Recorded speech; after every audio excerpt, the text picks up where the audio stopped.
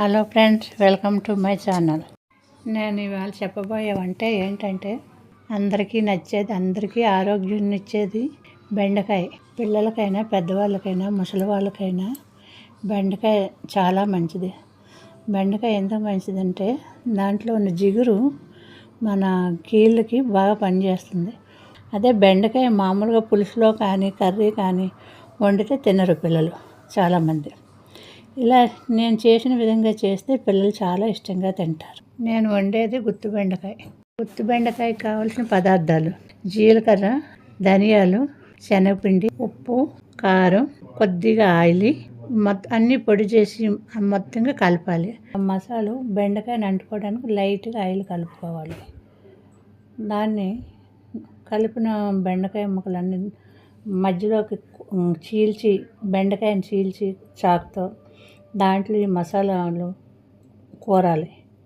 కూరిన అన్నీ ఒక దాంట్లో పెట్టుకోవాలి. బెండకాయ పొడి అంటుకోకూడదు. పొడి అంటుకుంటే మాడిపోతుంది, బయట అంటుకుంటే మాడిపోతుంది, బెండకాయ మాడిపోతుంది. అందువల్ల ఒక ప్లేట్లో పెట్టాలి. ముద్ద దాంట్లో కూరి ప్లేట్లో పెట్టాలి. అవి నూనె మరిగాక నూనెలో వేసి వేగాలి. బాగా ఒక పక్క పూర్తిగా వేగాలి. వేగిన తర్వాత దాన్ని మళ్ళీ తిరగేయాలి.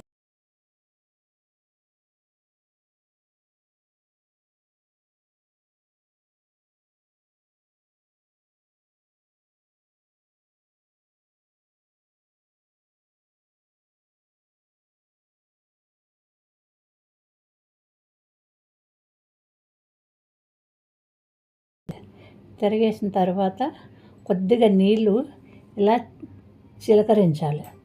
చిలకరించి మూత పెట్టాలి. మూత పెట్టాక మగ్గిపోతుంది పూర్తిగా.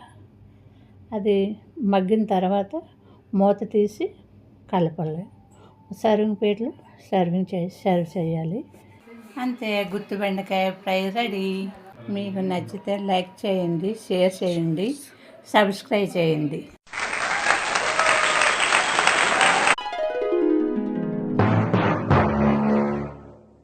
Hello friends, welcome to my channel. నేను ఇవాళ చెప్పబోయే వంట ఏంటంటే అందరికీ నచ్చేది, అందరికీ ఆరోగ్యం ఇచ్చేది బెండకాయ. పిల్లలకైనా పెద్దవాళ్ళకైనా ముసలి వాళ్ళకైనా బెండకాయ చాలా మంచిది.